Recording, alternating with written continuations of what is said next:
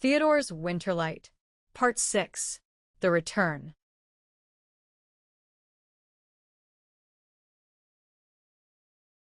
The snow had come early that year, blanketing the forest in a hush that felt almost ceremonial.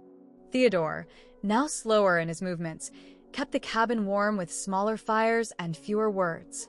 The cradle still sat by the hearth, polished and empty, a vessel of memory more than use. He had taken to writing again, short notes, reflections, sometimes just a single line. She will return when the snow is soft enough to carry her footsteps. And one morning she did. A young woman appeared at the edge of the clearing, her coat dusted with frost, her eyes wide with recognition. She carried a satchel and a bundle of letters tied with twine. Her hair was dark like her mother's, her cheeks flushed from the cold. She paused at the threshold, unsure. Theodore opened the door before she could knock. "Eliza's daughter," he said, voice trembling. She nodded. "I've read every letter. I wanted to see the place where they were written."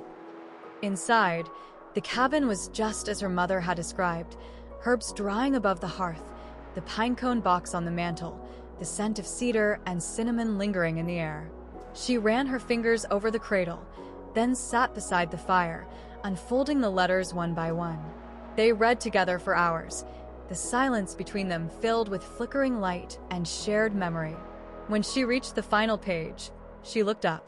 She wrote that you taught her how to listen, not just to the forest, but to herself. Theodore smiled, eyes misting. "And now you'll teach someone else." That evening, she placed a new letter in the pinecone box. It began, "I have returned to the place where my story began, and I carry with me the warmth of those who came before."